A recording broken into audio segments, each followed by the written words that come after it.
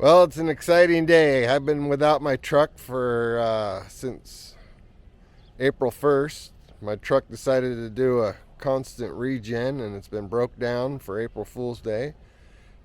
I'm here at American Diesel in Wairika, California, finally getting my truck worked on. It takes a while to get things done in this country anymore, and you just got to be patient. I'm very excited to get my truck back, and I'm very appreciative of American Diesel for getting me in.